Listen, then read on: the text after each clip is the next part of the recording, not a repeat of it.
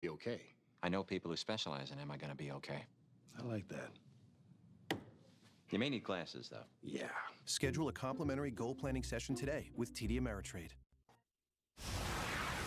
Welcome back. Tracking Hurricane Florence as it nears landfall. Fox News senior meteorologist Janice Dean in the Fox Weather Center. Janice, good morning. Hi, Maria. New advisory coming out at 8 a.m. and we'll have the latest on the track and the forecast details. For now, we can tell you this is a mile shy of a major hurricane.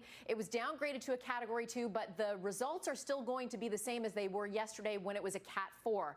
The slowdown of the storm is going to cause the potential for catastrophic, life-threatening flooding as well as storm surge. It's not going to move much in 24 hours as it makes its initial impact. And right now, we're starting to see those outer bands scrape across North Carolina. The threat for tornadoes, we have a tornado watch out now for parts of North Carolina. So not only the flooding and the storm surge and the winds with this, but we could see some weak tornadoes that could cause structural damage. And if I could, here is the latest track. So moving inland, we think overnight tonight into Friday, but not much movement in several days. So this weekend, we're going to be tracking the potential for epic flooding. In some cases, 20 to 40 inches of rain and up to a foot of storm surge. And that's why this storm is so dangerous, regardless of category.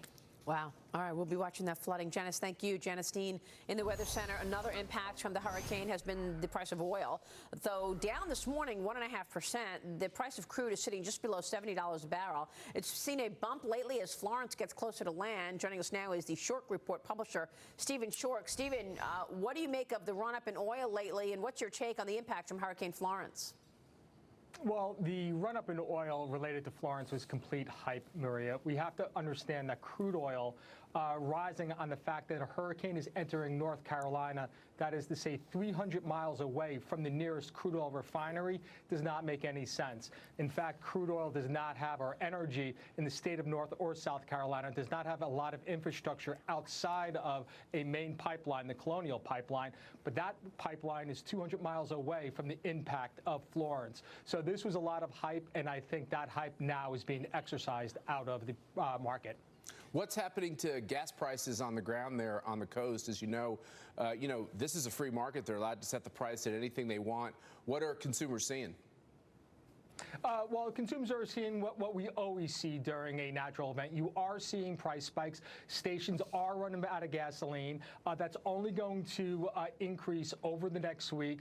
That is to say, price rises after the storm passes. Of course, roads are going to be blocked off. You're going to have power outages. Therefore, you are going to have regional dislocations. If the government is smart, and I hope they are, and that's a risk, that they will allow prices to rise as high as the market will bear. Right. Because that will be the quickest way to alleviate any supply shortages going forward, and history proves me right. All right, Stephen, we're going to leave it there.